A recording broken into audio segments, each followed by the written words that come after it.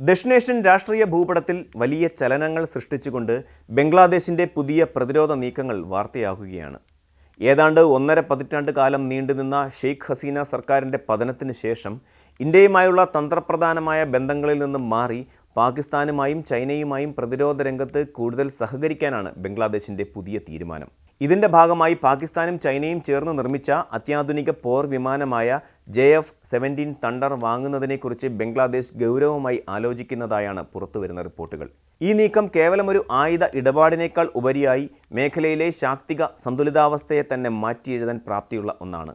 ബംഗ്ലാദേശ് വ്യോമസേനാ മേധാവി air chief marshal Hasan Mahmood ഖാൻ്റെ സമീപകാലത്തെ ഇസ്ലാമാബാദ് സന്ദർശനമാണ് ഇത്തരം ചർച്ചകൾക്ക് വഴിമരുന്നിട്ടിരിക്കുന്നത്. പാകിസ്ഥാൻ വ്യോമസേനാ മേധാവി air chief marshal Zaheer Ahmed Babar സിദ്ദുവുമായി അദ്ദേഹം നടത്തിയ കൂടിക്കാഴ്ചയിൽ JF-17 വിമാനങ്ങളുടെ വാങ്ങൽ സംബന്ധിച്ച നിർണായകമായ ചർച്ചകൾ നടന്നതായി പാകിസ്ഥാൻ സൈനിക മാധ്യമ വിഭാഗം സ്ഥിരീകരിച്ചിട്ടുണ്ട്. ഹസീനയുടെ കാലത്ത് ഇന്ത്യയുമായി കാത്തുസൂക്ഷിച്ചിരുന്ന സുവർണ കാലഘട്ടം അവസാനിക്കുകയും പകരം പാകിസ്ഥാനുമായുള്ള ദശകങ്ങൾ നീണ്ട ശത്രുതയും അവിശ്വാസവും മാറി പുതിയൊരു നയതന്ത്ര ബന്ധത്തിന് തുടക്കമിടുകയും ചെയ്യുന്ന കാഴ്ചയാണ് ഇവിടെ കാണുന്നത്. 1971 വിമോചന യുദ്ധത്തിന് ശേഷം ബംഗ്ലാദേശും പാകിസ്ഥാനും തമ്മിലുള്ള പ്രതിരോധ സഹകരണം ഇത്രയും അടുത്ത ഘട്ടത്തിലേക്ക് നീങ്ങുന്നത് ആദ്യമായാണ്.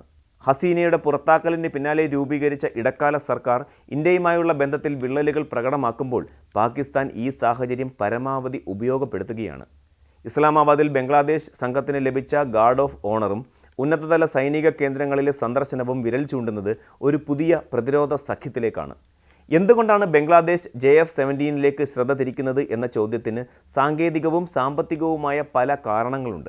ചൈനയിലെ ചെങ്ഡു എയർക്രാഫ്റ്റ് ഇൻഡസ്ട്രി ഗ്രൂപ്പും പാകിസ്ഥാൻ എയറോനോട്ടിക്കൽ കോംപ്ലക്സും സംയുക്തമായി വികസിപ്പിച്ചെടുത്ത ഈ വിമാനം ചെലവ് കുറഞ്ഞതും എന്നാൽ 4ാം തലമുറ പോർ വിമാനങ്ങളുടെ ശേഷിയുള്ളതുമായാണ് വിലയിരുത്തപ്പെടുന്നത്. നിലവിൽ ബംഗ്ലാദേശ് വ്യോമസേനയുടെ പക്കലുള്ള പഴക്കം ചെന്ന ചൈനീസ് നിർമ്മിത F-7 വിമാനങ്ങൾക്ക് പകരമായി പുതിയൊരു കരുത്തുറ്റ പ്ലാറ്റ്ഫോം അവർക്ക് അത്യാവശ്യമാണ്. JF-17 വിമാനത്തിൻ്റെ 3ാം പതിപ്പായ ബ്ലോക്ക് 3 ആണ് ഇപ്പോൾ പാകിസ്ഥാൻ ബംഗ്ലാദേശിന് വാഗ്ദാനം ചെയ്യുന്നത്. അത്യാധുനികമായ SR റഡാർ സംവിധാനവും ആധുനിക മിസൈലുകളും വഹിക്കാൻ ശേഷിയുള്ള ഈ വിമാനം ഇന്ത്യൻ അതിർത്തികളിലെ വ്യോമ പ്രതിരോധത്തിൽ നിർണായക ശക്തിയാകുമെന്ന് പാകിസ്ഥാൻ അവകാശപ്പെടുന്നു. ഏതാണ്ട് 16 മുതൽ 24 വരെ വിമാനങ്ങൾ വാങ്ങാനുള്ള ഒരു വലിയ ഇടപാടാണ് പരിഗണനയിലുള്ളത്. ഇതിനായി $400 മുതൽ $700 ദശലക്ഷം വരെയാണ് ചെലവ് പ്രതീക്ഷിക്കുന്നത്. പാശ്ചാത്യ രാജ്യങ്ങളിൽ നിന്നുള്ള അത്യാധുനിക വിമാനങ്ങളുമായി താരതമ്യം ചെയ്യുമ്പോൾ ഇതിൻ്റെ കുറഞ്ഞ വിലയും എളുപ്പത്തിലുള്ള കൈമാറ്റവും ബംഗ്ലാദേശിന് ആകർഷകമായ ഘടകങ്ങളാണ്. ബംഗ്ലാദേശിൻ്റെ ഈ നീക്കം ഇന്ത്യയെ സംബന്ധിച്ചിടത്തോളം വലിയ ആശങ്കകൾക്ക് കാരണമാകുന്നുണ്ട്. കിഴക്കൻ അതിർത്തിയിൽ ദീർഘകാലമായി നിലനിന്നിരുന്ന സുരക്ഷിതത്വത്തിന് ഷെയ്ഖ് ഹസീനയുടെ പതനത്തിനു ശേഷം മങ്ങലേറ്റ് കഴിഞ്ഞു. ബംഗ്ലാദേശിൽ ഹിന്ദുക്കൾക്കും മറ്റ് ന്യൂനപക്ഷങ്ങൾക്കും എതിരെ നടക്കുന്ന ആക്രമണങ്ങളെക്കുറിച്ച് ഇന്ത്യ ഇതിനോടകം തന്നെ കടുത്ത ആശങ്ക രേഖപ്പെടുത്തിയിട്ടുമുണ്ട്. ഈ സാഹചര്യത്തിൽ പാകിസ്ഥാൻ നിർമ്മിത വിമാനങ്ങൾ ബംഗ്ലാദേശ് അതിർത്തികളിൽ പറക്കുന്നത് ഇന്ത്യയുടെ വ്യോമ സുരക്ഷാ കണക്കുകൂട്ടലുകളെ സങ്കീർണമാക്കും. കഴിഞ്ഞ കുറച്ച് ദശകങ്ങളായി ഇന്ത്യയുടെ വടക്ക് കിഴക്കൻ സംസ്ഥാനങ്ങളിലെ വിഘടനവാദികളെ അടിച്ചമർത്തുന്നതിൽ ബംഗ്ലാദേശ് നൽകിയിരുന്ന സഹകരണം ഇനി തുടരുമോ എന്ന ചോദ്യവും ഉയരുന്നുണ്ട്. പാകിസ്ഥാൻ പിന്തുണയുള്ള ഭീകരവാദ ശൃംഖലകൾ ബംഗ്ലാദേശ് മണ്ണിൽ വീണ്ടും വേരുറപ്പിക്കാൻ ഈ പുതിയ ബന്ധം കാരണമാകുമോ എന്ന് ഇന്ത്യൻ ഇൻ്റലിജൻസ് ഏജൻസികൾ നിരീക്ഷിച്ചു വരികയാണ്.